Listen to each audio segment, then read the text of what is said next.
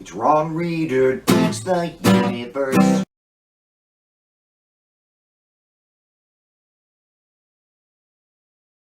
I'm Ron Reader, and this is Ron Reader Digs the Universe. And tonight, dehumanization.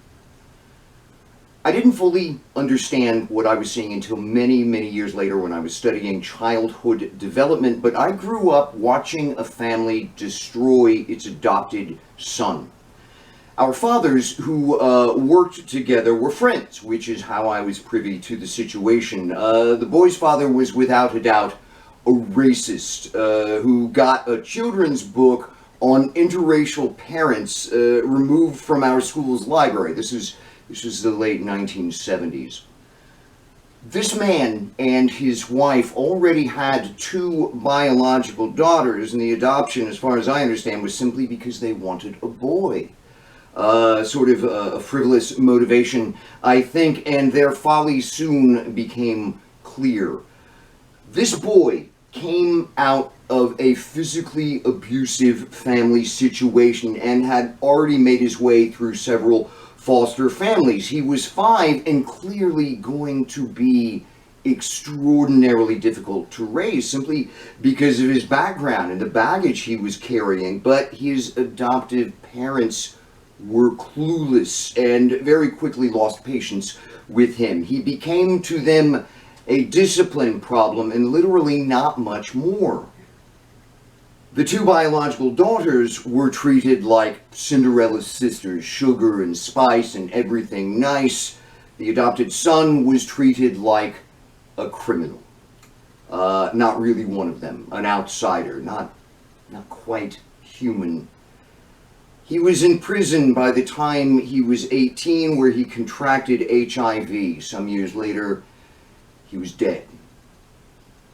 In deep hindsight, I now see that this family dehumanized this abuse victim, this boy, something the father at least was already used to doing because he was a racist, and racists dehumanize all kinds of people. That's what you do when you're a racist. You perceive only yourself and people like you as full human beings, which makes it okay to do any horrible thing that occurs to you to outsiders.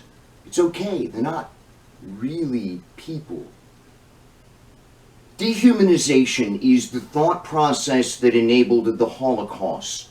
It enabled the American genocide of its indigenous population. It enabled slavery and Jim Crow. It's currently enabling Putin's atrocities in Ukraine. It's what is enabling the fascist movement's ongoing attempts to destroy our democratic republic here in the US. Indeed, dehumanization is a conservative value.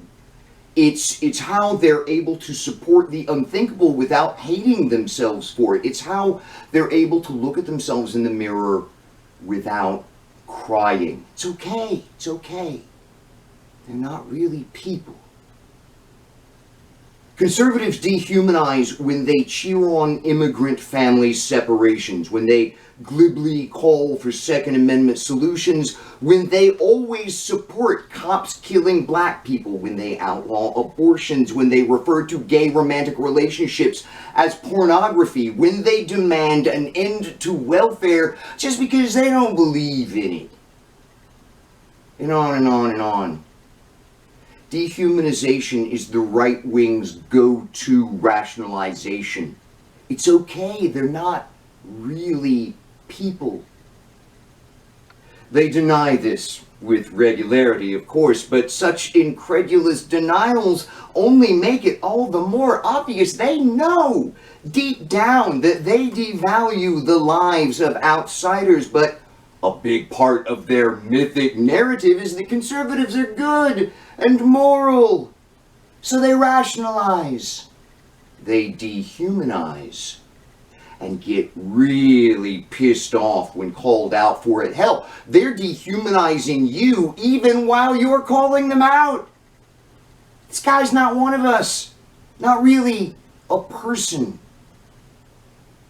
I don't think it's simply a coincidence that we've seen a massive rise in conservative death threats toward liberals since their fascist turn. I mean, I've been threatened twice now because my beliefs reveal me to be an outsider, not really a human being.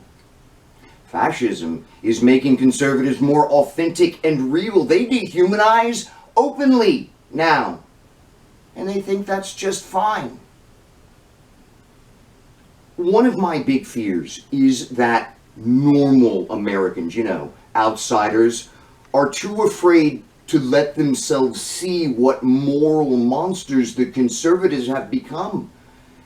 If Americans continue refusing to approach fascism as the threat it is, it will soon be too late.